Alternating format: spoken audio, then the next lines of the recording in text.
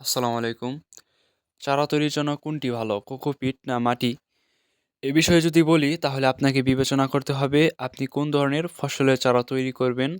আপনার ফসলের চারাটি যদি হয় মরিচ, ফুলকপি, লাউ, শসা জাতীয় তাহলে আপনার জন্য কোকোপিট ঠিক আছে। অপরদিকে আপনি যদি পেঁপের চারা তৈরি করতে চান তাহলে আপনাকে অবশ্যই মাটি ব্যবহার করতে হবে।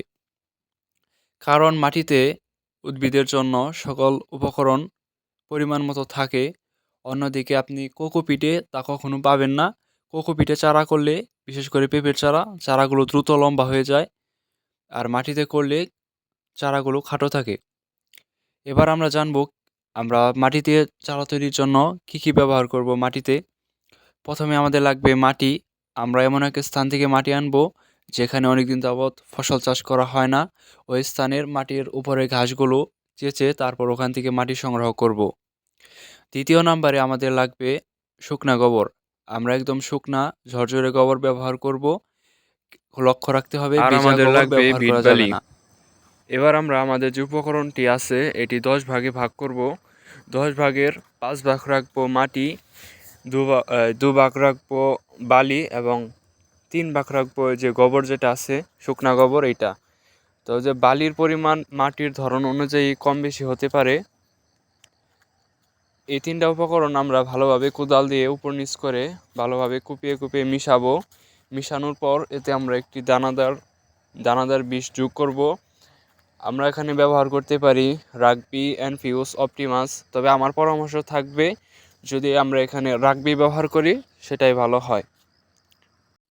এবার দানাদার বীজ দিয়ে আমরা মাটি ভালোভাবে মিশিয়ে কোদাল দিয়ে উলটপালট করে দিব এবং পানি সেচ দিয়ে 8-10 দিনের জন্য রেখে দিব। আর এখানে যদি আমরা প্লাস্টিকের পলিথিন দিয়ে মাটি ঢেকে দিতে পারি তাহলে ভালো হয় বেশি। আর দানাদারের পরিমাণটা আমার এখানে 12 বস্তার মতো মাটির উপকরণগুলো আছে। তো আমি এর জন্য 60 থেকে 70-75 গ্রামের মতো ব্যবহার করেছি। তো আপনারা আপনাদের মাটির পরিমাণ অনুযায়ী দানাদার বিষ ব্যবহার করবেন। আরেকটা বিষয়, আপনারা যখন এই মাটিগুলো পলি ব্যাগে আপনারা ভরবেন তার ঠিক 1-2 দিন আগে আপনারা এখানে ব্যাগটা প্রতি গ্রাম 2 লিটার পানিতে ভালোভাবে মিশিয়ে স্প্রে মেশিনের মাধ্যমে মাটিতে 2-3 বার স্প্রে করবেন এবং প্রতিবার স্প্রে করার পর মাটি উলটপালট করে দিবেন। এভাবে আপনারা রেখে দিবেন 2 দিন। তারপর এই মাটি আপনারা পলি ব্যাগে চারা তৈরির জন্য সংগ্রহ করবেন। তো এইভাবে আপনারা খুব সহজে বাড়িতেই বীজতলার জন্য চারা তৈরি করতে পারেন। আরেকটি বিষয়, আমার এই চ্যানেলটি নতুন একটি চ্যানেল, তাই অনুরোধ করব আপনারা চ্যানেলটির পাশে থাকেন, সাবস্ক্রাইব করেন ইউটিউব থেকে দেখলে এবং ফেসবুক থেকে দেখলে ফলো করেন। কোনো বিষয় যদি আমি বোঝাতে না পারি তাহলে আমার সাথে সরাসরি যোগাযোগ করতে পারেন। আমি ডিসক্রিপশনে আমার নাম্বার দিয়ে দিব।